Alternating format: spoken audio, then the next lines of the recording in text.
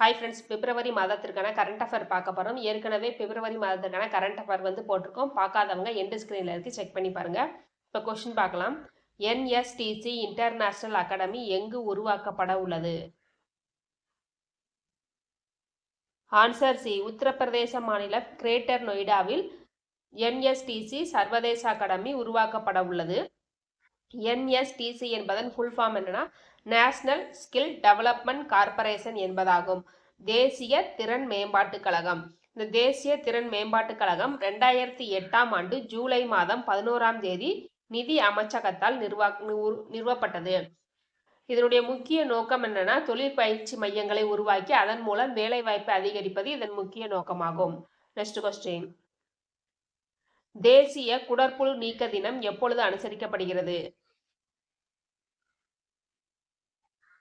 Answer C, பிப்ரவரி 10. தேசிய குடற்புழு நீக்க தினம் வருடத்தில் 2 முறை அனுசரிக்கப்படுகிறது.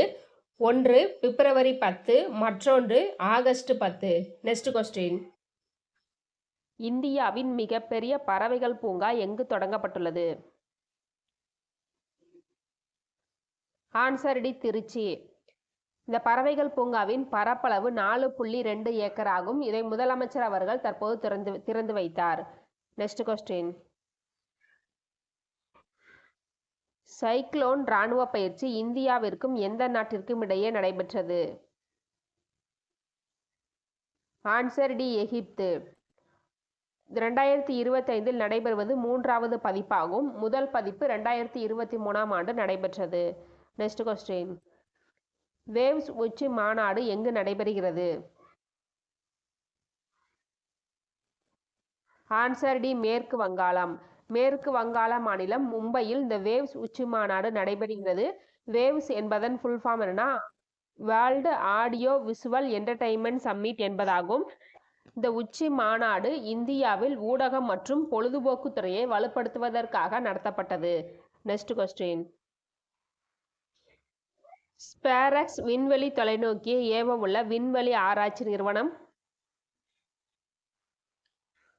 Answer B, NASA. இந்த ஸ்பேரக்ஸ் விண்வெளி தொலைநோக்கி பிரபஞ்சத்தின் தோற்றத்தை ஆராயவும் பால்வீதியில் நீர் மற்றும் கரிம மூலக்கூறுகளை தேடுவதற்காகவும் இந்த விண்வெளி தொலைநோக்கி ஏவப்பட உள்ளது.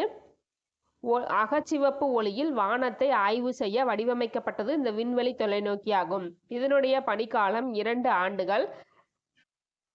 இந்த விண்வெளி தொலைநோக்கி ஸ்பேஸ் எக்ஸ் பால்கன் 9 என்ற ராக்கெட் மூலம் விண்ணில் ஏவப்பட உள்ளது. Next question. நிலவின் தென் துருவத்தை ஆய்வு செய்ய எக்ஸ்ட்ரீம்லி ஸ்மார்ட் என்ற ரோபோவை அனுப்ப உள்ள நாடு? ஆன்சர் சி, சீனா.